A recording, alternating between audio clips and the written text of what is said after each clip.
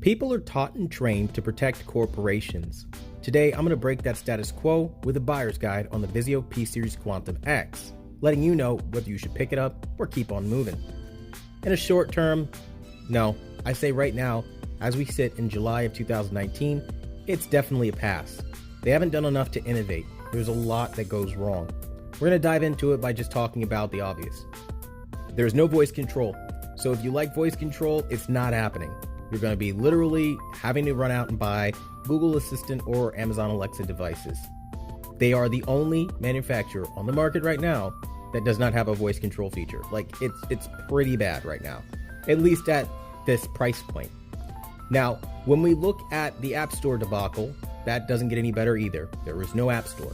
So if you don't like what you have in the TV, or maybe you want to add something else, tough, because Vizio truly doesn't care.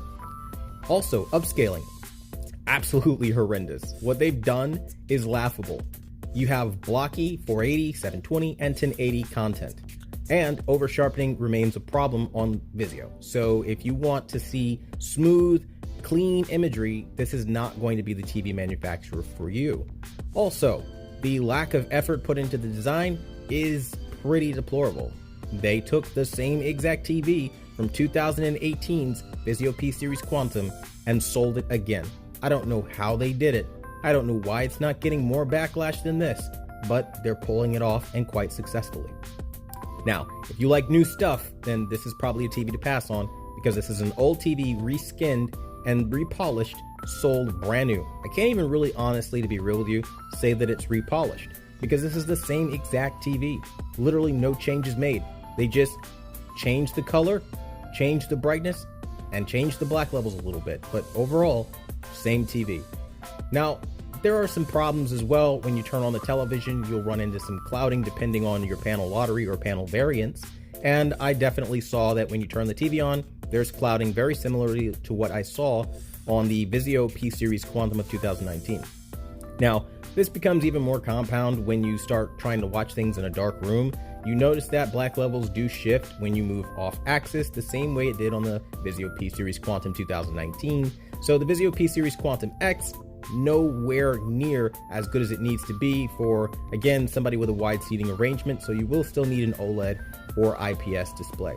Now, when we talk about HDR, it's vivid, vibrant, and you'll be pretty much happy with it. It doesn't really disappoint in that regard, so that is a redeeming factor for Vizio there. That being said, they do lack a lot of the dimensionality and depth that they need, and you can definitely see some inconsistencies with the black levels when you run into the higher levels of peak brightness as far as blooming and all that good stuff is concerned, albeit it's not that terrible, but it's definitely noticeable.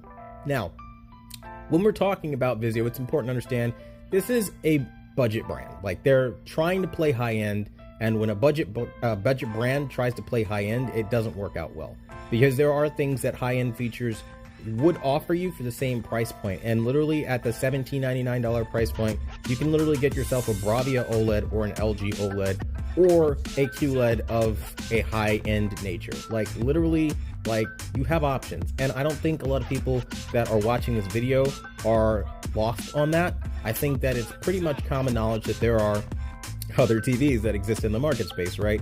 And I think it's best that you explore all of your options instead of limiting yourself to just Vizio because maybe you wanted a 65-inch with quantum dots that's over 1,000 nits of peak brightness with good deep black levels. Because trust me, there is more to a TV than that, even though it doesn't really sound like it.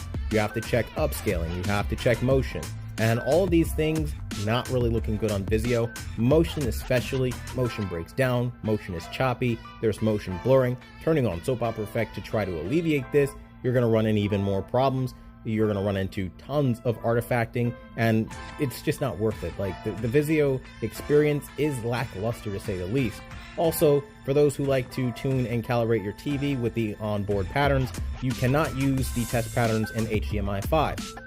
Also, when calibrating, contrast is destructive. So if you like to use contrast 100 to try to, balance things out a certain way, you're not able to do that and get creative with your calibrations. So say la vie there. This is just one of those TVs that they just drop a lot of balls, and you're just kind of sitting there trying to find the missing pieces to the puzzle to make this thing be a product that's worthy of the price point that you're paying. In 2019, pretty much all the TVs are pretty lazily put together. This is a stopgap year. This is a year of no effort. And this is a year where social media has played the largest portion in damage controlling the real consumer reviews that I've ever seen. You guys, we're losing our power as customers. They're literally scrubbing reviews off of Walmart.com and putting up manufacturer reviews from Vizio. If you don't believe me, look up any Vizio you want on Walmart.com. You will notice a slew of manufacturers' reviews. And I've also noticed this trend starting to happen on BestBuy.com. So I would be very careful if I were you guys. Now, I know some of you guys might have watched Caleb from Digital Trends talk about how great this television is, or maybe how next level it is, but it's mediocre, guys. Yeah, it has some strong points, but so did last year's TV, let's be real. And that TV was also mediocre, and they also ranted and raved about how great it was then too. The fact of the matter is, Vizio barely improved upon its core arguments of needing to be improved upon, from last year. They just ported all the same kind of problems over with upscaling, motion, no app store, didn't listen to any of that feedback, and they're not getting docked for it. In fact, nobody's really slamming them like they need to, just off the simple fact that you're saying you have voice control and you don't. The false advertisement in today's market is a problem. And if you don't believe me, just look at what's happening with Samsung.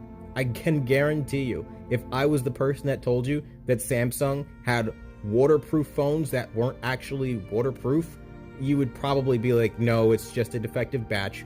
They'll correct it immediately. There's no way that this illustrious, massive company would risk their big, prestigious name. Oh, no way they would do that with faulty products to deceive us. Of course not. It's all a way to, again, manipulate and groom you to, again, protecting them. That's what they do. So just be very careful, guys, because that's a problem in today's market. And these social media influencers are hired by those manufacturers to come on YouTube and give you a quotation mark expert opinion. There is no freaking such thing as an expert on YouTube. Caleb at Digital Trends, not a professional calibrator. The guys at rtings.com, I've proven their numbers wrong tons of times. Vincent from HDTV Test is a reporter, chief editor, turned quotation mark professional calibrator. These people are put there to sell you a product, which is why they never give one-star reviews, and they never tell you, hey, listen, don't buy from this company, don't buy this product, speak with your dollars. They don't talk in a genuine fashion like I do, because they're not trying to help you, they're trying to advertise to you. And that's cool, that's how they make their money. But honestly, at the end of the day, I'm tired of it. I want to change that status quo. So smack a like on this video if you want honesty and you're appreciating a real person talk to you on a genuine level. Thanks for watching the #1 brand in honesty. As always, if you have any questions, I want to hear all your thoughts in the comments down below. Until the next video, I'll see you guys later.